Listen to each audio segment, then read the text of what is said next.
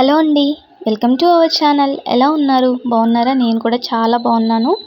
ఈరోజు వీడియోలో రోజు ఇడ్లీ దోశ కాకుండా కొంచెం డిఫరెంట్గా అటుకులతో ఉప్మా అయితే చేసేసుకుందామండి.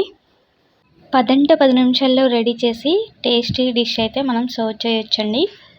ఈ ఉప్మా చేయడానికి కావాల్సినవి కట్ చేసి పెట్టుకున్నానండి. ఆనియన్స్, టమాటో, క్యారెట్ తురిమేసాను. అలాగే పచ్చిమిర్చి చిన్న చిన్న ముక్కలుగా కట్ చేసి పెట్టేశాను. కొంచెం కరివేపాకు తీసుకున్నాను. ఇప్పుడు మనకు కావాల్సిన అటుకులన్నీ ఒక బౌల్లో తీసేసుకొని దానిలో వాటర్ పోసి ఒక 2 సార్లు అయితే నీట్గా శుభ్రంగా చేత్తో కలుపుకుంటూ నీట్గా కడుక్కోవాలండి. ఇలా వాటర్ అన్నీ మొత్తాన్ని వంచేయాలి. అసలు వాటర్ అనేది ఉంచకూడదు.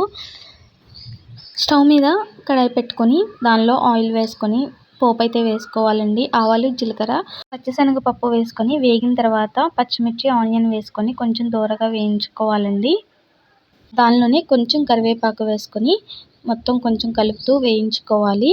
వేగిన తర్వాత తురిమిన క్యారెట్ అయితే వేసేసుకోండి. దానిలో అది ఎక్కువసేపు వేగాల్సిన అవసరం అయితే ఉండదండి. అంతా కలిపేసి కట్ చేసుకున్న టమాటాని అయితే వేసి మొత్తం ఒకసారి బాగా కలిపి మూత పెట్టేసి ఒక్క 2-3 నిమిషాలు ఉడికించండి. టమాటా అయితే సాఫ్ట్గా అయ్యేంత వరకు ఉడికించాలి. చూసారు కదా, ఇలా మెతిపితే మెత్తగా అయిపోవాలి. ఈ టమాటా అంతా సాఫ్ట్గా అయిన తర్వాత మనం ముందుగా కడిగి పెట్టుకున్న అటుకులు ఉన్నాయి కదండి, వాటిని అయితే వేసేసుకొని బాగా కలిసేలాగా కలుపుకోవాలి. మనం వేసిన ఇంగ్రీడియంట్స్ అటుకులు మొత్తం బాగా మిక్స్ అయ్యేలాగా వేసి కలుపుకోవాలి. దీనిలో మనకు టేస్ట్కి సరిపడా సాల్ట్ అయితే వేసుకోవాలి. కారం అయితే అవసరం లేదండి, మనం పచ్చిమిర్చి కారమే సరిపోతుంది. ఒకసారి మొత్తం కలిగి పెట్టుకొని 2 నిమిషాలు మూత పెట్టి సిమ్లో పెట్టి ఉంచాలి. అప్పుడు ఆ ఫ్లేవర్స్ అన్నీ కూడా అటుకులకు పట్టి మనకి అటుకుల ఉప్మా అయితే రెడీ అయిపోతుందండి. అంతేనండి, టేస్టీ అటుకుల ఉప్మా అయితే రెడీ అయిపోయింది.